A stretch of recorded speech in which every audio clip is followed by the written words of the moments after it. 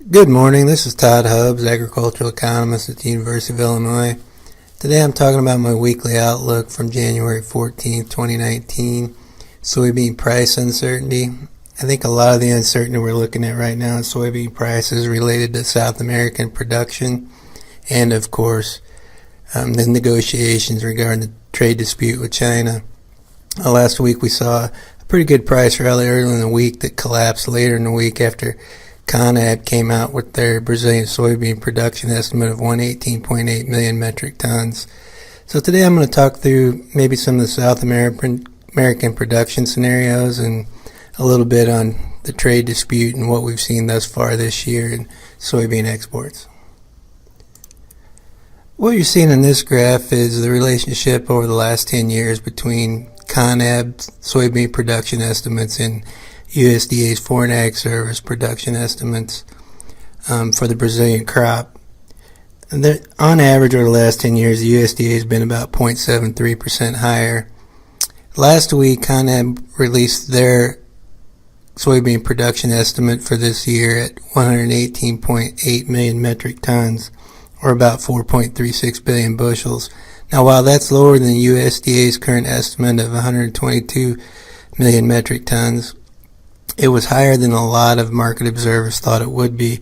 We've seen some really dry weather in South America, particularly in some of the major production regions like Mato Grosso do Sul, and some of the other regions in the south.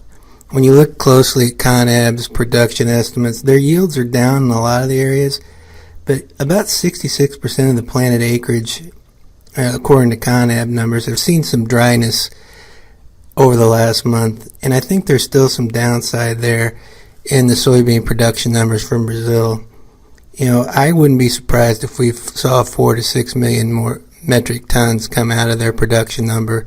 If you ask me right now where I thought it would be, I'd say it'd be around 116.8 million metric tons, or about 4.27 billion bushels, which is lower than their current projection by quite a bit. The other big thing going on in South America is Argentine soybean production. It's been really wet as opposed to Brazil's really dry, and there's been some delayed planting and some calls for replanting in many areas. But right now, it's sort of hard to fade too much the 55.5 million metric tons, or a little over 2 billion bushels that USDA is currently projecting. Some observers have put it around 52.2 million metric tons, which would be about 1.92 billion bushels. But when you take it as a whole from both countries, because of last year's drought-plagued year in Argentina where they only raised 1.39 billion bushels, we'd still need to lose 440 to 478 million bushels to see last year's production number out of both countries. Like I said, I think we could still see some reduction in Brazil, but overall there's still quite a bit of supply out there. The other big area of uncertainty is with the trade negotiations in China. As we've seen, U.S. soybean exports have been lowered significantly. Right now, USDA has is 1.9 billion bushels. And what you're seeing in this graph is soybean export inspections. We're sort of on pace to hit that number, maybe slightly below the pace to hit 1.9 billion. And that really does depend on how much China would buy if and when the trade negotiation is settled. Right now, through January 10th, we're at about 694 million bushels, which is 458 million bushels below last year's pace, and that's all China.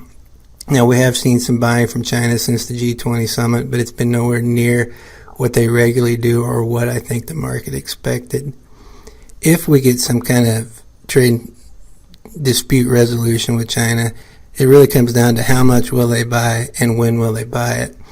Right now, I think the most likely scenario is probably an extension of the March 1st deadline, and we're going to continue in the current trade environment we're in, but I would love it if we got some kind of resolution and we could see exports pick up significantly. And despite the reduced potential in South American crop, world ending stocks, under current production scenarios still look to be around 3.9 billion bushels, which is up from last year's 3.7 billion bushels, and it would put world ending stocks to use near 30%. Now, if we saw some kind of serious drought evolve in Brazil and issues with production in Argentina, that would be supportive of soybean prices. if we saw some kind of resolution to the trade dispute, that would also be supportive of soybean prices. But right now, while we have seen some deterioration in the South American crop, there's still plentiful supplies of soybeans out there. And right now, there's no really solution to the trade issue on the horizon.